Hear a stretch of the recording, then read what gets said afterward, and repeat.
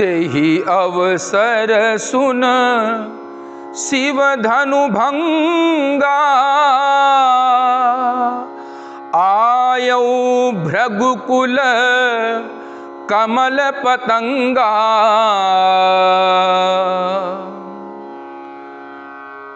सारे राजागण बड़ी बड़ी बातें कर रहे हैं। इधर महेंद्र पर्वत पर तपस्या कर रहे भगवान परशुराम जी ने जब अपने गुरुदेव के धनुष के टूटने की ध्वनि सुनी तो वो सीधे चले आए हैं मिथिलापुरी। देखी महीप सकल सकुचाने, बाझ झपट जनु लवा लुकाने। उनको देखते ही देखते राजागण इतना भयभीत हो गए कि ऐसा लगा मानो कोई बाज झपटा हो तो बटेर छिप गए हों। जो बड़ी बड़ी बात कर रहे थे कि लेहु छड़ाई सिय कहाँ कोऊ, धरि बांधहु नृप बालक दोऊ, जो विदेह कछु करें सहाई, जीतब समर सहित दो भाई। जो इस प्रकार से बातें कर रहे थे वे सब आज बिल्कुल चुप हो गए, शांत हो गए, क्योंकि परशुराम जी अद्वितीय वीर हैं और इन्होंने कई बार आतताई राजाओं का विनाश भी किया है, इसलिए राजा डर गए। उनका वेश कैसा है? आचार्य तुलसीदास जी लिखते हैं, गौरी शरीर भूति भल भ्राजा, भाल विशाल त्रिपुंड विराजा। गौरी शरीर भूति भल भ्राजा, भाल विशाल त्रिपुंड विराजा। उन्होंने यज्ञ की जो भस्म है वो लगा रखी है पूरे शरीर में, पूरे देह में, मानो वो कांति से चमक उठे। इसके अलावा भाल विशाल त्रिपुंड विराजा, और मस्तिष्क में उनके भगवान शिव का त्रिपुंड शोभायमान हो रहा है। शीस जटा शशि बदन सुहावा, ऋष बस कछुक अरुण हुई आवा। सिर पर सुंदर जटाएं हैं, उनके नेत्र वैसे भी बड़े बड़े हैं परंतु क्रोध के कारण थोड़ा लाल हो गए। भ्रकुटी कुटिल नयन रिसराते, सहजहु चितवत मनहु रिसाते। उनकी भ्रकुटी टेढ़ी हो गई, किसी की ओर अगर देख लेते तो उसको ऐसा लगता मानो बहुत बड़े क्रोध में है ये परशुराम जी। वृषभ कंध उर बाहु विशाला, चारु जने उमाल मृग छाला। वृषभ कंध उर बाहु विशाला, सुंदर बैल के समान हृष्ट पुष्ट कंधे हैं, यज्ञोपवीत धारण किए हुए हैं। कटी मुनि बसन तून दुई बांधे, धनुसर कर कुठार कल कांधे। इदम शास्त्रम इदम शस्त्रम शापादपि शरादपि। कहने का तात्पर्य कि ये दोनों वेशभूषाओं में हैं परशुराम जी। एक तरफ तो तपस्वी की वेशभूषा में है और दूसरी तरफ हाथ में परशु लिए हुए हैं और कंधे में धनुष बाण धारण किए हुए हैं। शांत वेश करनी कठिन, बरनि न जाई स्वरूप। धरि मुनि तन जनु वीर रस, आयौ जहां सब भूप। शांत वेश है, करनी कठिन है। उनके उस विचित्र स्वरूप का वर्णन नहीं कर सकते, क्योंकि व्यक्ति में दोनों गुण बहुत कम मिलते हैं। परशुराम जी भी भगवान के अवतार हैं, इसलिए तपस्वी भी हैं और शस्त्रधारी भी हैं। मनुष्य जीवन में भी कभी कभी धर्म की रक्षा करने के लिए, अन्याय की रक्षा करने के लिए, आत्मरक्षा करने के लिए अस्त्र शस्त्र उठाने पड़ते हैं। क्योंकि निश्चित रूप से टेढ़ जान शंका सब काहू, वक्र चंद्रमहि ग्रसई ना राहु। अगर आप बहुत सीधे हैं, बहुत सज्जन हैं, तो भी दुष्ट लोग संसार में आपको जीने नहीं देंगे। इसलिए अपनी आत्मरक्षा करना और अपने धर्म की रक्षा करना, अपने परिवार की रक्षा करना, अपने समाज की रक्षा करना और भारत की रक्षा करना, ये हम सबका नैतिक कर्तव्य है, दायित्व है। तो कभी कभी शास्त्र से कार्य बनता है और कभी कभी शस्त्रों से भी कार्य बनता है। इस कारण परशुराम जी का जो स्वरूप है वो अद्वितीय है। एक तरफ बाल ब्रह्मचारी हैं, नैष्ठिक ब्रह्मचारी हैं, अद्वितीय यज्ञोपवीत धारण किए हुए हैं, वेद पाठी हैं, तत्ववेत्ता हैं, ज्ञानदर्शी हैं, तो दूसरी तरफ परमवीर हैं। क्यों ना हो, इन्होंने कई बार पृथ्वी को जीत करके दान में दिया है और आज भी ऐसी जनश्रुति है, पुराणों में भी ऐसी कथाएं आती हैं कि परशुराम जी भूमंडल पे नहीं रहते। कहने का तात्पर्य उन्होंने पूरी भूमि का दान कर दिया था और दान की गई वस्तु पर किसी का अधिकार नहीं होता है।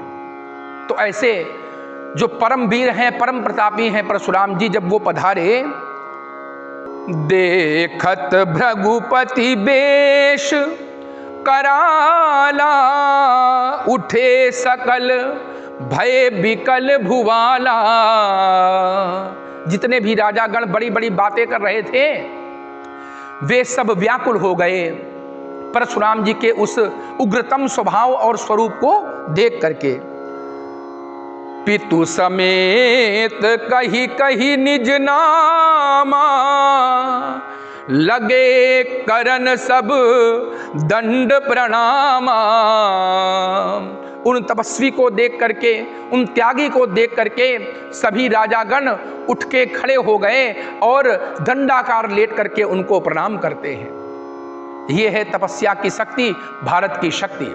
निश्चित रूप से यदि आप अपने जीवन में किसी प्रकार का अभ्यास करते हैं, तपस्या करते हैं, ज्ञानार्जन करते हैं, तो निश्चित रूप से मनुष्य संसार में आपको मान सम्मान देगा।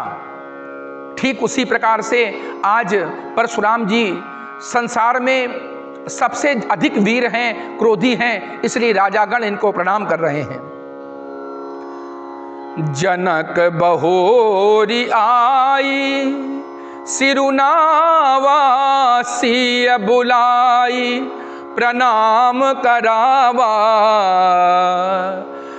राजागणों के मिलने के पश्चात महाराज सीरध्वज अपनी पुत्री के साथ परशुराम जी के समक्ष आते हैं, स्वयं प्रणाम करते हैं और अपनी पुत्री से भी प्रणाम करवाते हैं। आशीष दीन सखी हरसानी, निज समाज ले गई सयानी।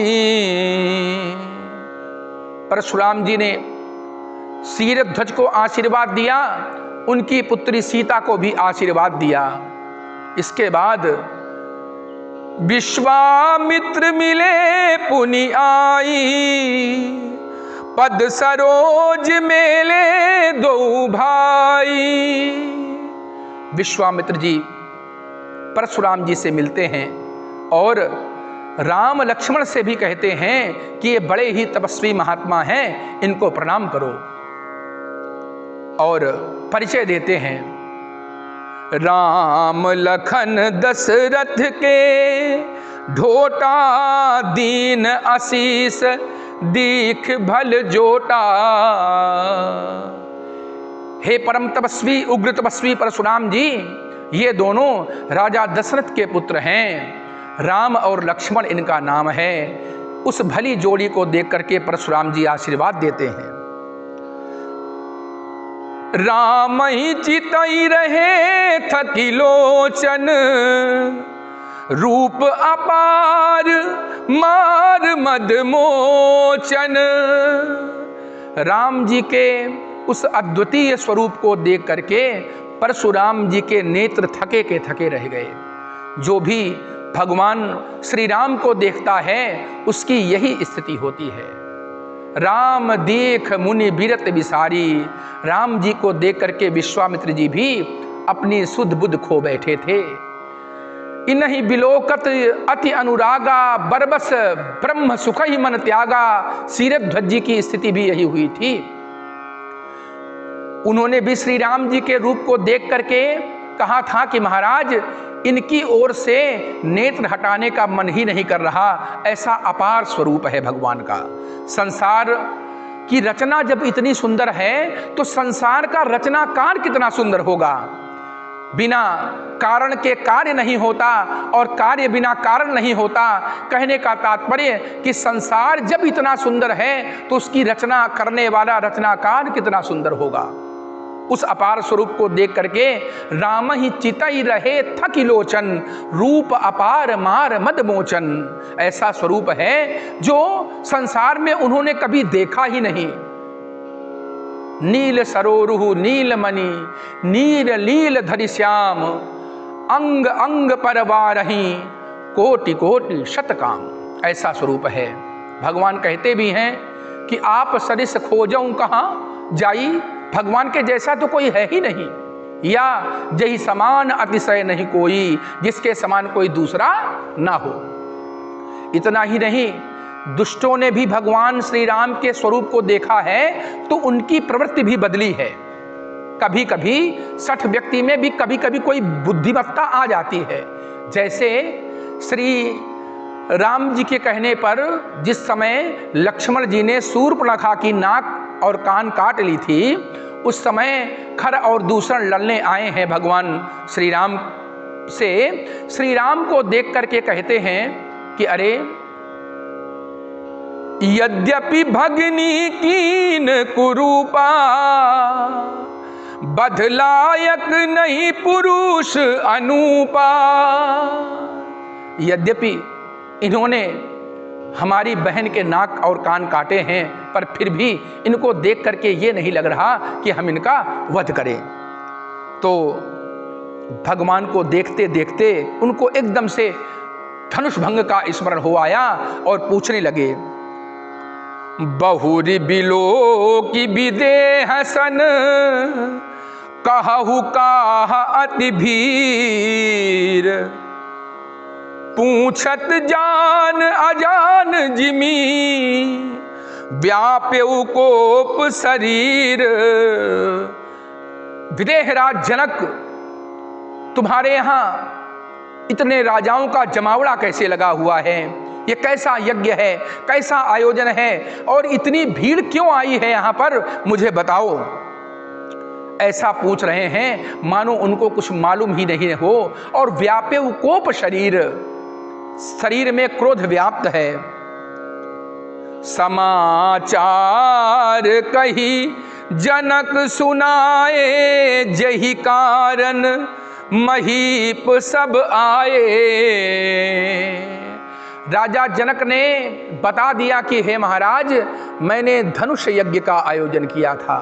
और क्यों किया था इस बात का वर्णन भी करते हैं। कहते हैं कि जिस धनुष को बड़े बड़े राजागण नहीं उठा पाते, उस धनुष के ग्रह का लेपन करने के लिए एक बार मैंने अपनी पुत्री को भेजा।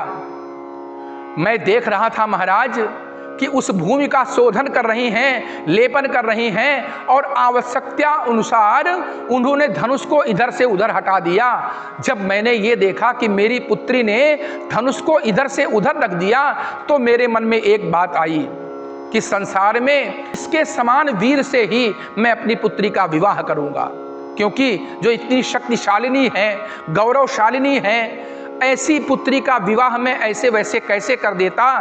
तो मेरे पूर्वजों ने मुझे आज्ञा दी कि तुम इस प्रकार की प्रतिज्ञा करो कि जो भी शिव धनुष का खंडन करेगा उसके साथ मैं अपनी पुत्री का विवाह करूंगा। इस कारण से हे महाराज, मैंने धनुष यज्ञ का आयोजन किया था और उसी में ये सभी लोग आए हैं। सुनत बचन फिर अनत निहारे, देखे चाप खंड मही डारे। राजा जनक की बातों को सुनकर के जब उधर देखा तो देखा धनुष 2 टुकड़ों में विभक्त होकर के भूमि पर पड़ा हुआ है। अब मानो आग लग गई उनके तन और बदन में। अतिरिस बोले बचन कठोरा, कहू जड़ जनक धनुष के ही तोरा। अत्यंत कठोर वाणी से जनक से पूछते हैं कि अरे मूर्ख जनक, बताओ इस संसार में ऐसा कौन दुस्साहसी है जिसने शिव धनुष का खंडन किया। बेगी दिखाऊ मूढ़ नत आजू, उलटऊ मही जहां लगी तब राजू। अगर तुमने उस धनुष तोड़ने वाले को नहीं दिखाया तो मैं तुम्हारी राज्य की सीमा तक जितनी भी पृथ्वी है उसको उलट दूंगा, पलट दूंगा। अति डर उतर देत नृप नाही, कुटिल भूप। तो कुटिल राजा अत्यंत प्रसन्न हुए कि अच्छी बात बनी। अब जनक जी को समझ में आएगा कि किससे इन्होंने जो है लोहा मोल लिया है। मन पछतात सीय महतारी, विधि अब समरी बात बिगारी। सीता जी की माता भी पश्चाताप कर रही हैं कि अरे सब कुछ अच्छा चल रहा था, सब कुछ ठीक था, ये परशुराम जी कहाँ से आ गए। परशुराम जी के स्वभाव को सुनकर के सीता जी के मन में भी थोड़ा भय हुआ और वो सोचने लगी कि कब जाएंगे। सभय बिलो के लोग सब, जानी जान की भीर। हृदय न हरस विषाद कछु, बोले श्री रघुबीर। सारी सभा शांत है, कोई उनके समक्ष आने का प्रयास नहीं कर रहा। तो श्री रघुबीर जी को आगे आना पड़ा और कहने लगे, नाथ शंभु धनु भंजन हारा हुई है, को एक दास तुम्हारा आयसु का कहिए किन मोही। सुनि रिसाय बोले मुनि कोही। हे नाथ, शिव के धनुष को तोड़ने वाला कोई आपका दास ही होगा, बताइए उसके लिए क्या आज्ञा है। मानो अप्रत्यक्ष रूप से श्री राम जी ने बता दिया है, पर क्रोध के कारण परशुराम जी को समझ नहीं आया। परशुराम जी कहते हैं, सेवक सो जो करे सेवकाई, अरि करनी करी करी ये लड़ाई। अरे राम, सेवक वो होता है जो सेवा का कर्म करे। इसने तो मेरे गुरुदेव के धनुष को तोड़ दिया है, इसलिए मेरे लिए शत्रुता का पात्र है वो व्यक्ति जिसने धनुष तोड़ा है। सुनहु राम जेहि शिव धनु तोरा, सहस बाहु समसोरिपु मोरा। जिसने भी मेरे आराध्य परमपिता भगवान शंकर के इस विशाल अजगव का खंडन किया है, वो सहस्रबाहु अर्जुन के समान मेरा बैरी है। सो बिलगाई बिहाई समाजा नत मारे, जई हैं सब राजा। जिसने भी शिव के धनुष को तोड़ा है वो सभा से अलग हो जाए या सभा उसको अलग कर दे, नहीं तो मैं सारे राजाओं का वध कर दूंगा। इस प्रकार से परशुराम जी अत्यंत क्रोध में हैं और भगवान श्री राम हाथ जोड़े खड़े हैं। आगे का प्रसंग हम सभी रामायण के अगले भाग में सुनेंगे। सियावर रामचंद्र की जय।